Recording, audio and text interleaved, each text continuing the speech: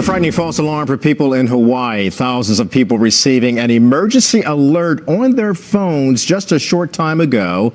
The warning reading, quote, ballistic missile threat inbound to Hawaii.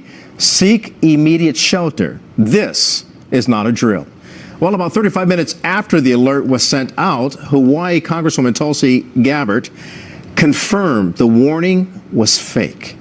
Hello, everyone. I'm Kelly Wright. And I'm Laura Ingle. Hawaii emergency officials say the alert was, in fact, an error, but it's unclear how or why it was sent out. Hawaii has been beefing up security measures amid rising nuclear threats with North Korea. The state tested its warning sirens last year for the first time since the Cold War. The White House official says that President Trump has been briefed on the state of Hawaii's emergency exercise, adding this was purely a state exercise, Kelly. Well, let's bring in Phil Keating, who's live from Mar-a-Lago, where the president is this weekend. Phil? Kelly, President Trump was still at his Trump International Golf Club just down the street, wrapping up about four and a half hours of golfing this morning.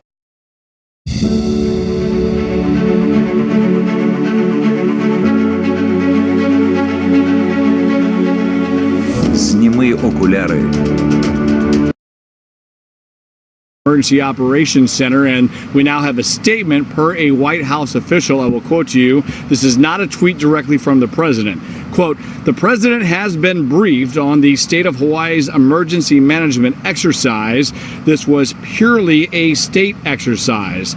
And the U.S. Pacific Commander, David Benham, out there in Hawaii, also released a statement saying no ballistic missile threat was there and that the earlier message was actually sent in error. 38 long minutes actually went by before the first alert went out to all Hawaiian residents that an incoming missile was detected. Take cover, take shelter. And then finally, 38 minutes later, the false alarm was announced. So for everybody on the islands of Hawaii, certainly a frantic and panic-filled 38 minutes. If the president does have any further statements today, of course, we'll bring it right to you. But the president and the White House seeming to emphasize that this was a state operation, not a federal operation, and that it all rests with Hawaii right now to remedy exactly how this false alarm emanated out in the first place. The president golfing today, as I mentioned, with U.S. Trade Ambassador Richard Lighthizer, and they reportedly spoke about China, trade, as well as NAFTA. Again, once the president returned in his motorcade back to Mar-a-Lago, that is when wind came out about this false alarm in Hawaii, and we just now, minutes ago, received the first comment from the White House. Basically, the president has been briefed. He's on it. The White House is on it. And an emphasis that this was not a federal emergency operation or exercise. This was a state of Hawaii one. Kelly? Yeah, and Phil, that would go in hand with what we're hearing from Hawaii. The governor of Hawaii also stating that he regrets that this was a false alarm, and he is looking into the matter, along with Congresswoman Tulsi Gabbard, as well as the senator representing Hawaii, and other representatives are all looking into what happened here and calling it out as being human error.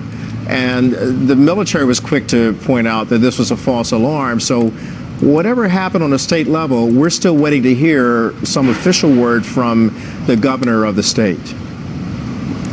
Yeah, clearly they're still investigating, and also equally clear, this is about as bad of a situation as you can have, not only in Hawaii, but also California, Oregon, Washington, and Alaska, all of the states that would be nearest to North Korea. Everybody's been basically on pins and needles at all 5 states' emergency operations center ever since Kim Jong-un really began ramping up his missile tests and threatening to eventually get something perhaps as close as Guam or perhaps to the U.S. mainland. So to send out what turns out to be a false alarm and really get many families and people on the islands in full panic mode that here comes everything we've been fearing for weeks, that it's a false alarm.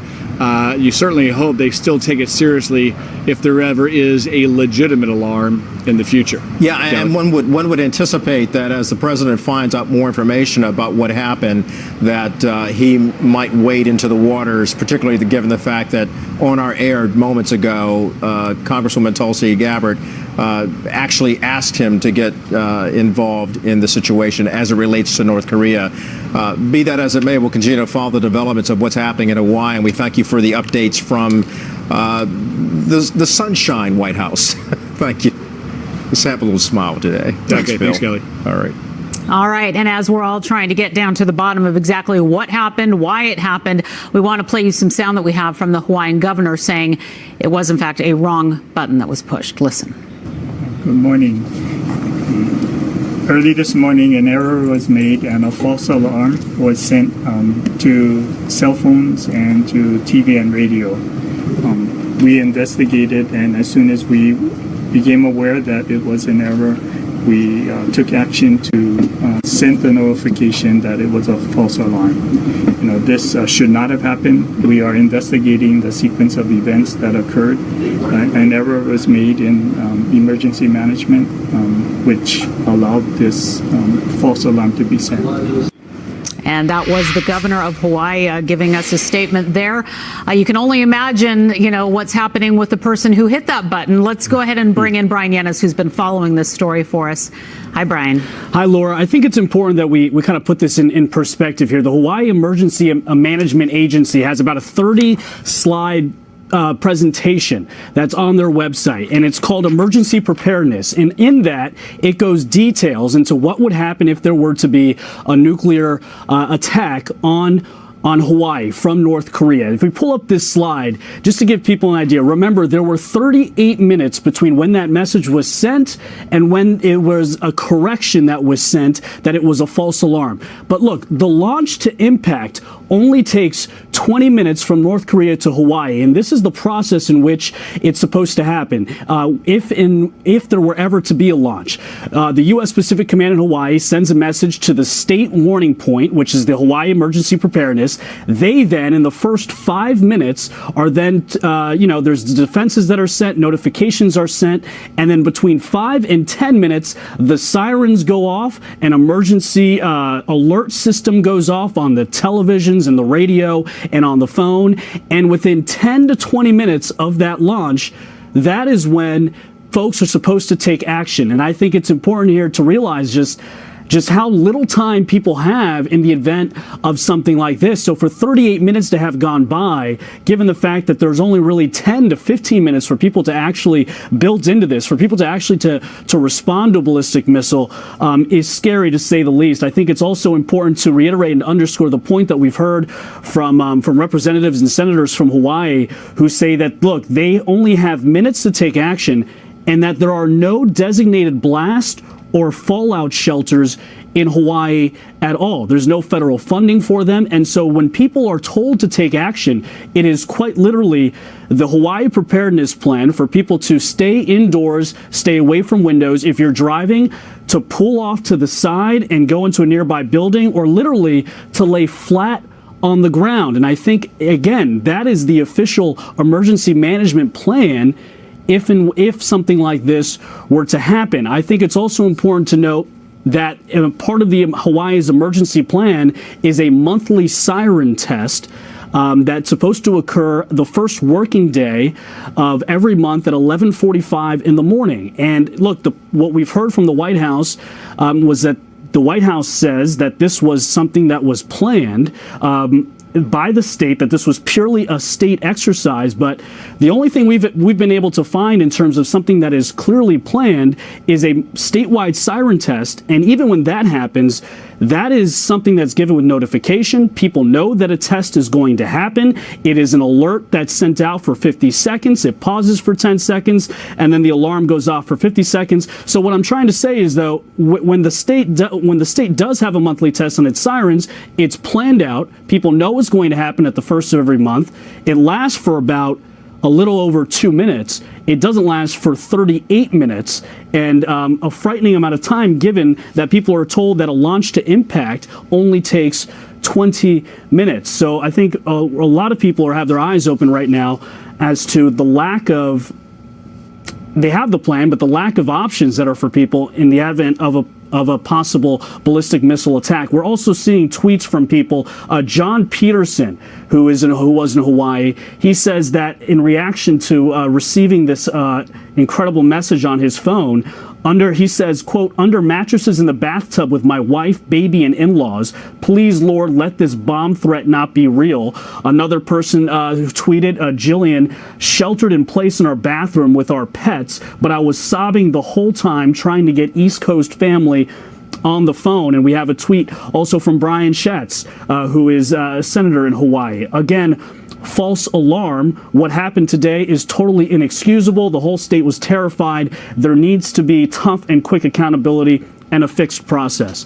So obviously a scare, but I think more questions right now as to this state exercise that the White House is saying that the state was going through some sort of exercise.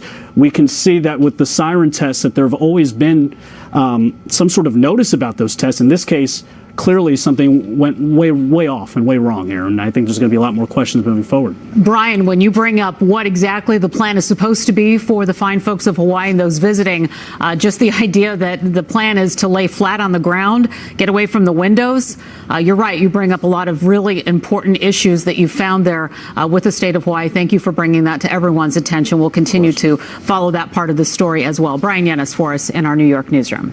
Kelly.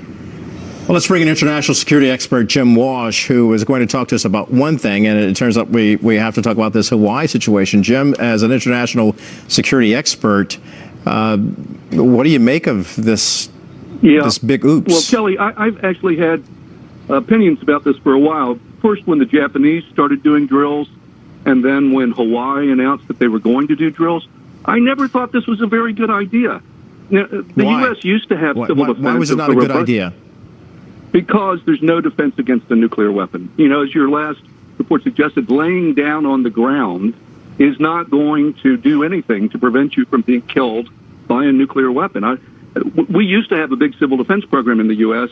We abandoned it because it just didn't make any sense because there was no defense against nuclear weapons. And there are consequences when you do have civil defense. You know, hopefully everyone in Hawaii is going to get through this fine, but there may be people who have health emergencies as a result of this. There may be people who suffer psychological injury, you know, children or expectant mothers or those with pre-existing mental health conditions. I mean, there are real consequences to scaring the hell out of people, and I just don't think it's going to matter. I mean, if there was a nuclear attack, there's nothing Hawaiians could do that would change that outcome. All right, so what can Hawaiians do, for that matter, as we heard from Phil Keating? What can people in Alaska, California, Oregon, Washington, all of those places that would be within range of any kind of potential attack or possible attack, as we've heard from the threatening regime of North Korea? Yeah, there's nothing you can do. I mean, that's I know that's a message people don't want to hear, but that has been true since the beginning of the nuclear age. Well, let me back that up. What can we do? Okay, let me interrupt you 1 minute. Let me interrupt you 1 minute, Jim. You know, they're so explosive on a scale that people don't appreciate. You know, look at those pictures from Hiroshima and Nagasaki. Jim, I get that. So this is just a different order of magnitude. Okay, Jim, I understand exactly what you're saying about a nuclear attack. My point is, my question is, what should the United States be doing right now to prevent the nuclear buildup that we know is taking place in North Korea? Mm-hmm. And that's the the point of my question. You know, right now we're in a hopeful phase because things have paused because of the Olympics. Maybe that will carry momentum forward, maybe not. But the biggest way to protect ourselves is to make sure that we freeze North Korea's program so it doesn't grow any larger. It's not, you know, and more accurate and sophisticated, and then begin a process of trying to put constraints and rolling it back. But job one is to pause and then freeze, and then try to put this on a different track. But one, you know, it's the lesson of the nuclear age that people find really, really hard to accept. For millennia, we always were able to rely on defenses to protect ourselves. But in the nuclear age, the weapons are so powerful, you have to use other ways. You have to use deterrence, and you have to use diplomacy, because there is no defense. So has today's false alarm enlightened us about the seriousness of any potential threat from North Korea, or for that matter, any other rogue nation that would seek to do us harm via a nuclear attack or Yeah, I think that's a terrorism great for that matter? question. And I hope more people, more journalists ask that question, because there should be a conversation about what this really means. And it's sort of, Kelly, indirectly and surprisingly, it ties to that other story over the weekend of the CDC canceling its course or its workshop on, how to prepare for a nuclear attack. That turned out to be controversial, and it's sort of all tied to the same subject. And I think we as Americans, since the end of the Cold War, we've sort of forgotten, and very few people left from Nagasaki and Hiroshima, we've sort of forgotten what the real meaning of nuclear weapons is and how fearful it can be. So I think that if there's any good that comes from this false alarm, it would be that we can begin to have a real discussion about that. All right, Jim, we'll end it there, and the discussion, no doubt, is going to continue. Jim Walsh, thank you. Thank And you. as we continue to follow this developing situation out of Hawaii, we will be talking with more lawmakers, with members of the military, with witnesses. Again, if you're just joining us, the people of Hawaii, those visiting Hawaii, received a false alarm on their phones today that an incoming missile was about to strike to take cover. The original message, "This is not a drill." We have now learned that somebody hit a wrong button, as it is being called, and that alert went out to everyone's phones. That was not supposed to happen. But of course, you can imagine the panic that ensued all over Hawaii. People are tweeting about what it was like. Real fear, real terror today in Hawaii as we try to get down to the bottom of exactly who hit that button, why it happened, how it could have happened. We will continue to follow this here on Fox News. Stay with us.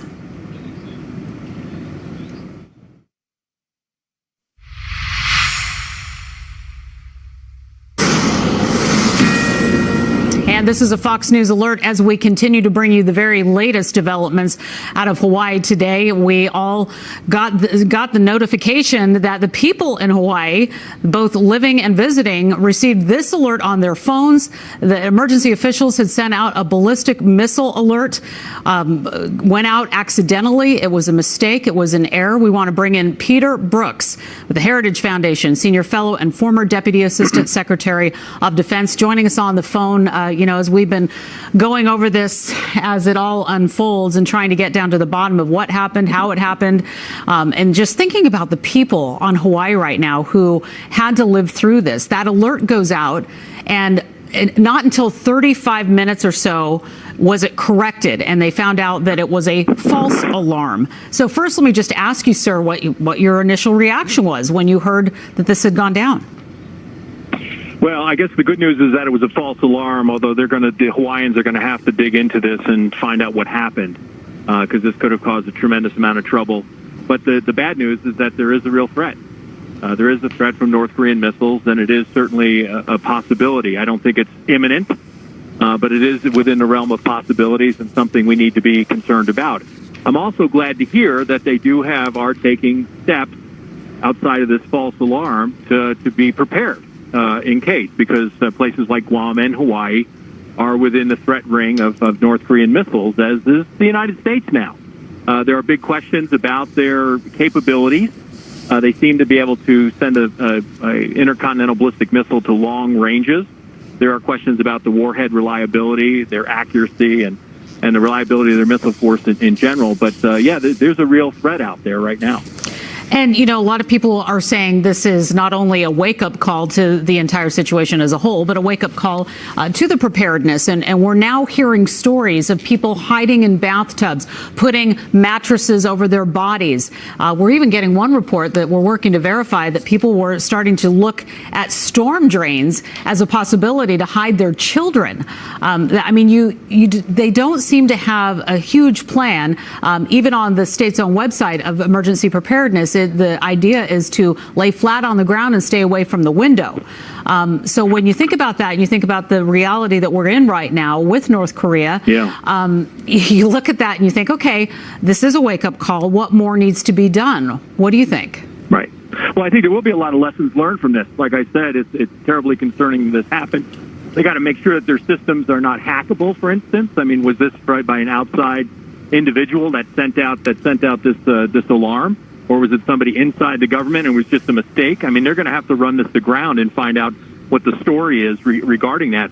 And hopefully, and I'm sure they will take lessons learned. They'll, do a good investigation of this and figure it out. They'll also look at their preparedness and the preparedness of not only of the government, but of the people as well. So from this terrible story, hopefully, and this terrible fright to the Hawaiian people, hopefully something will be learned, and it should apply to others as well. And Peter, I also want to tell you really quick that we have learned it was somebody that hit a wrong button. Somebody's in a control room somewhere and a button was hit by mistake. So, you can't help but wonder, should there be just one person who is in charge of that one button? You imagine what you see sometimes in the movies, that maybe there should be a couple of people in charge of something that is so drastic. So if you're going to hit a button, it's going to go to everybody's phones. Maybe they were, as it's been indicated, maybe they were about to have some kind of a state exercise that wasn't supposed to go out to everyone. Maybe they were doing something internally. But the idea that maybe just one person hit one button and then all of this happened. And here we are today looking at your screen now. This is what went out on people's phones. Incredibly scary. What type of precaution should happen now to make sure, obviously it should be maybe a two-person system if it's not now. Right. But is that surprising to you that it was one person that hit one button? Yeah, I guess it is. But once again, they're going to have to employ best practices as well as lessons learned here. Take a look, do a good investigation, figure out what happened, and then make adjustments to it to make sure that something like this doesn't happen again. But then once again, if there is a real threat, they also have to be ready to be able to put out that sort of information. They'll want to know how many people got this information, even though it was false in this case, to see if they could get it out better. Are the Hawaiian people knowledgeable enough about what sort of precautions to take? And this doesn't apply to Hawaii. We are within that threat ring as well. I mean, we have defenses. We have missile defenses. We would be aware of strategic warning if we were moving in the direction of conflict. We have capabilities to shoot down these missiles. There are questions about the North Korean nuclear capabilities. But once again, I think there's a lot to be learned here out of this terrible story. And to be clear too, there have been false alarms before of this nature. Maybe not on the public system. We were looking back over the files. November of 1979, computers at North American Aerospace Defense Command and many others showed that a massive Soviet nuclear strike was coming, and people were scrambled. And then it also happened again in June of 1980, where U.S. command posts received another warning that a Soviet Union missile was coming. That was a false alarm. Now, of course, we didn't have the smartphones back then. False alarms have happened in the past. Lessons have been learned. It's a different age. It's a different time, and hopefully we will get to the bottom of it. And we're getting messages from our producers on Capitol Hill, Chad Pergram specifically. Lawmakers want to know how the mistake happened, ranging from the state alert systems all the way to telecoms and who pushes out those alerts. So as we continue to follow the situation, we thank you for your time and joining us today. Kelly. Thanks for having me. Thank you. All right, we continue to follow the developments of this breaking news story, and when we return, we will have more as we move forward to find out how all of this transpired in Hawaii. A false alarm, we're grateful to say, but certainly a lot of alarm about what to do for preparation. All right, we're going to go to Brian Yennis right now, who's been following this story for us today. And Brian, before you start your story, I just have to quote this from my dear friend Mike Leonow, who lives in Hawaii. And he says, I moved my family to Hawaii almost 6 years ago, just went through this crazy false warning. Now, the reason why I bring up Michael is that would be his response. Michael is an excellent film maker who survived Mount St. Helens, the eruption of that volcano many years ago. So Mike is a stalwart kind of guy protecting his family, but nevertheless, he acknowledges the fact that he just went through this crazy false alarm. I mean, this is something that you think about, you hear about when you're thinking about the North Korean threat as maybe a possibility, but there is nowhere else in this country other than Hawaii, really, that faces this real threat. And obviously today, an unfortunate reminder for so many on that island. We've even gotten more tweets. We'll actually bring up a tweet right now from Sydney Ember, who just tweeted, people were sheltering in the basement. People were crying and holding each other. It was actually scary for a few minutes. And I think we have to go back to the few minutes thing. It was 38 minutes between when that first message was sent out, that alert was sent out, and when the correction was sent out. The Hawaii Emergency Management Agency says it's going to take it takes 20 minutes from a launch potentially from North Korea to reach Hawaii, and people have less than 10 minutes to actually take action. This is actually from the Hawaii Emergency Management Agency. This is the plan if and when if a ballistic missile were to ever launch from say a North Korea. The U.S. Pacific Command in Hawaii alerts the emergency management services in the state. Then in the first 5 minutes, it's all about the detection of the launch, whether or not we can stop that missile with our missile defenses, and then notifications to the state are brought up. If we can bring that up one more time, guys. And then after that, the sirens are brought up in the next 5 minutes. And then there's the emergency advisory alerts that people were getting on their phones and TVs. And then people have 10 minutes for individual action. Again, this is underscoring the point here about what the plan is in the case of something like this. Obviously, given the tensions with North Korea, a very real threat. And they're told that people have to either get inside, stay inside, and stay tuned. That is the plan for people in Hawaii. That is, there are no designated blast or fallout shelters in the state. People have 10 minutes to make a decision as to what to do. Again, it's just underscoring the point here that not only do people have to relook this step, obviously somebody hit a wrong button, maybe there should be at least 2 people in that, but they also have to re-engage with the public here who have lost trust, perhaps given obviously this false alarm for 38 minutes, and then re-educating people as to what to do. People here on the East Coast, you think about it, perhaps living in New York City, there's always a threat of a terror attack, but to live in Hawaii and to be on the threat of a missile landing within 20 minutes and being told that your only option is to run indoors or to lie on the ground, a very unsettling reminder of the threat, a real threat that exists. And I'm sure there's going to be a lot more conversation moving forward as to what needs to be done here, because right now there is no federal funding for those fallout shelters and whatnot. You bet there's going to be a lot of discussion after this. False alarm or not, there will be a lot of discussion about that, because there's one angry congresswoman out there who's making a beeline to Washington. You can be sure she'll be pushing for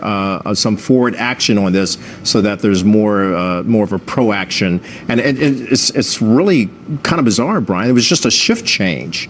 And in that shift change, that one quick moment, someone pushed the wrong button, yet look how long it took to warn everybody this is a false alarm. Right. And I think it's also important to reiterate that Hawaii has just begun using their testing their sirens for the first time, the first state to do so since the Cold War. And they just started out with that process as well. And that's a 2-minute test that happens. They're planning on doing this now at the start of every month at 11:45 in the morning. But again, this is all very new to people. I think many more people are going to be they're going to be interested in these tests moving forward. But again, there needs to be more double checks and rechecking of how this process is set, because it is a frightening proposition that people only have 10 minutes to react. And today, for many people, they thought it was the real thing, and 38 minutes went by with uncertainty. So, all right, tough. Brian Yennis, thanks for the update. Of course. All right, Laura. And of course, some of those heartbreaking moments of people trying to reach their family on the mainland to call and, say something is about to happen. So as we move through this afternoon here and figure out, getting to the bottom of exactly what happened, the Hawaiian governor, David Ige, did come out and say it was the wrong button that was pushed somewhere in a control room. Listen. It was a procedure that occurs at the change of shift, where they go through to make sure that the system is working, and an employee pushed the wrong button. It came down to a person pushing the wrong button. Who was that person? Well, it's one of our. It's my responsibility, so this would be my fault. The whole purpose of this is that the change of shift briefing is for each shift to understand what is the process. We'll take action to prevent this from ever happening again by having more than one person there to do this, make this decision. We'll work on equipment changes. But again, let me finish the investigation. This is my fault, and we'll work on so that this doesn't ever happen again. And there you have it. We are getting another player involved there, hearing that, taking responsibility, somebody there at the state level coming in and talking about exactly what happened. Well, let's bring in Jonathan Wachtel once again, our former communication director over at the U.S. mission to the UN, a friend of Fox News. Jonathan, as you hear that soundbite, and we're now hearing the explanation, the officials coming forward, and that's always what we want to hear, right? If a mistake could happen, we want people to come up and take accountability. So here we have it. But now we have to digest that information of exactly what happened, that it was a wrong button, that it was a shift change thing. Your reaction to this latest news? Well, first of all, kudos to that gentleman who admitted fault here. I mean, that's obviously a very difficult thing to do given the circumstances. We'll see how this all shakes out and how he's affected by this. But obviously, he's trying to do the correct thing and trying to get at least to the proof of what happened, what transpired here, so that people can analyze this and try to figure out how to avoid such a calamity in the future. And the word calamity is obviously a word that can mean many things. In this case, thank goodness, we have not had a catastrophe. And we can work within this system to try to fix this. The governor, also saying that, this is a state of Hawaii issue. This was not a federal government problem, also taking it on the chin. And obviously, he'll be working very hard to try to fix this problem. Look, overall, this is a great wake-up call for all Americans.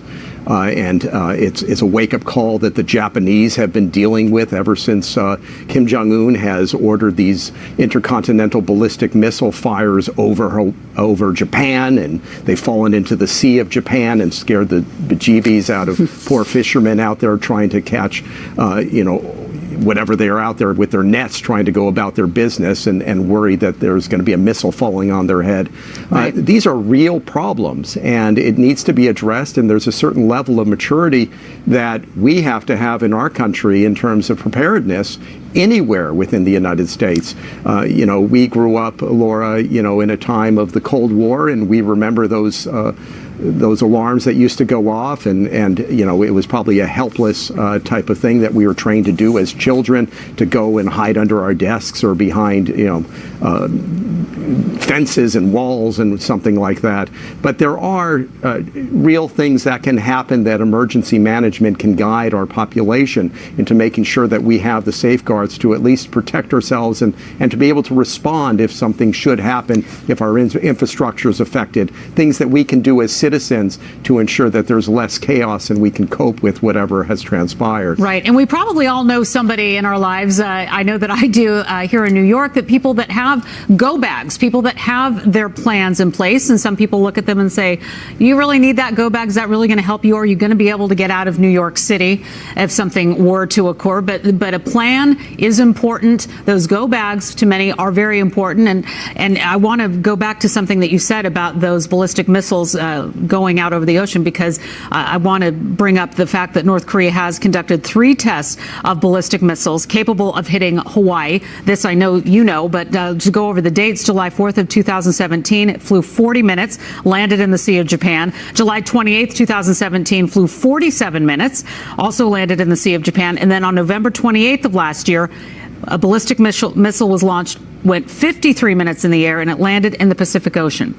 So as you mentioned, the fact that these are real, very real threats, and you've got it here with the history, and you've got it now with what has just happened. We want people to be prepared, and we want to hear more from emergency management officials in Hawaii, especially after this, Jonathan. Yeah, absolutely. In the coming days, there'll be obviously a thorough investigation, and the governor and the congresswoman who've been on the channel today, they'll of course have updates on what they're doing for their citizens. But this is not just a Hawaiian problem. Right. I mean, obviously they feel that they're closer to North Korea. They're closer within range. The chances of them getting hit, or Guam, as you recall a few months ago, the panic that was taking place in Guam, in which Kim Jong-un was threatening to unleash a nuclear attack on Guam. These poor islands, which by the way, I mean, it's been decades since World War II, but they actually have felt conflict. They were, Pearl Harbor maybe decades ago, but it's felt. If you go to Hawaii, as you have gone, this is part of, not so recent history, but it's part of the DNA of the Hawaiian people. They remember it well. That's right. And you bring up a very valid point. Jonathan, I want to thank you for your time, your expertise. We'll continue to check back in with you as we move through this developing story. Thank you. Jonathan Wachtel. Kelly. So on the phone with us now is Colton Yamaguchi, resident of Hawaii. And Colton, obviously you went through this situation this morning. Tell us what it was like for you for your morning as you awakened to this alarm. Absolutely. So I was on my way over across the island, driving across, and basically we had pulled over on the side of the road to go to a restaurant. And the rest of my family just got this notification about ballistic missile, and I was just kind of confused because I didn't get a notification at all, and I still have a Hawaii area code and everything, and it was breaking into chaos, and I have a younger brother. My mom was kind of freaking out, so my dad and I were trying to calm the family, and we knew this was a very real threat, and we're just trying to keep everyone calm, but it was chaotic. Chaotic indeed. And what did you say or do to try to help calm the fears of your family in the midst of that chaos? Well, I know that there was a military base within a mile from us, and I just tried to keep everything nice and orderly, and just assured them that, hey, at least we're together right now. Luckily, I didn't have any friends out in the ocean or anything. I didn't have any family out in the ocean. So the fact that we were all together and we were going to head to a shelter together was very calming, and I tried to talk towards those points. Colton, some people can be very cynical and callous in this life that we live, and they could be looking at this situation saying, it was just a false alarm, get over it. But I'd like you to express to them why it's more than just a false alarm for those who are living in Hawaii. Well, it's absolutely more than a false alarm, and that's just because now it's more of a wake-up call. There's a lot of people that laugh at people that have plans and that have, some sort of route to actually execute where they're going to go and take shelter. And those people that we're laughing are now, that we're just freaking out, they're now taking it a lot more seriously, and they're actually creating a plan themselves. So it's a really good wake-up call. Yeah, a wake-up call. Despite all of this. And I'm just curious to know the fact that it was a false alarm, that it was an accident, it was human error. What feelings do you have towards those who committed that error in particular? Well, the state has released a little statement on how it happened and how it was during a shift change when workers were swapping shifts and whatnot. And the fact that it could happen so easily is a little ridiculous to me. And I think the state definitely has to take some steps to prevent that from ever happening again. That type of stress and unnecessary stress is ridiculous. Yeah, and to your point, there was a gentleman there standing next to the governor. We didn't get his name, but I was very impressed with the fact that he took full responsibility and accountability for saying it's my mistake. I hate to say it, but that seems to be rare for government officials to come out and say, okay, it happened on my watch, it's my fault, and we will do everything we can to address this to ensure that it doesn't happen again. I think one has to give kudos to someone like that trying to be transparent with his citizens. Absolutely. You have to give a lot of respect toward that. And someone to take responsibility like that is uncommon. And, I just have a lot of respect for that move right there. Colton, your family now, what are you going to do for the rest of the day now that's a false alarm? You're trying to get back to normal. What does normal look like after something like this? Sure. So, like I said, I have my younger brother, and we were on the road. We were actually driving to a baseball tournament. So the tournament got delayed just a bit, but we're all here now. The game's going. People are trying to, keep it calm for the kids and whatnot, but our hearts are still beating a little bit. Beating a little bit, but hopefully you'll be yelling a little bit as you get underway with that tournament. And I hope your team wins. Colton Yamaguchi, thank you. Thanks for being a great American, man. All right, thank you. And as we watch the situation, listen to the situation unfold in Hawaii, Kelly, one thing that I want to bring up that I just got an email on, one resident, Alex Michaels, has texted somebody here on our staff saying not everyone got the first warning. That message, including me, I only got the false alarm report. So is there a potential issue with the alarm system, the alert system in Alex general? talked to us earlier, as a matter of fact. Right. Yeah, that was good. Yeah, so, I mean, as we pointed that out. we'll continue to follow this. Stay with us here on Fox News as we watch what's happening in Hawaii today.